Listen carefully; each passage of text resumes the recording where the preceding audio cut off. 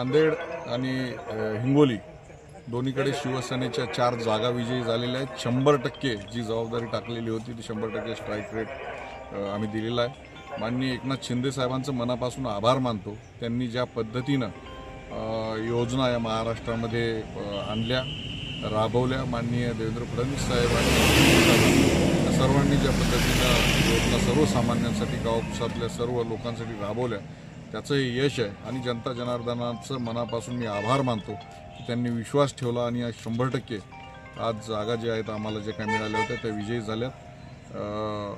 धन्यवाद।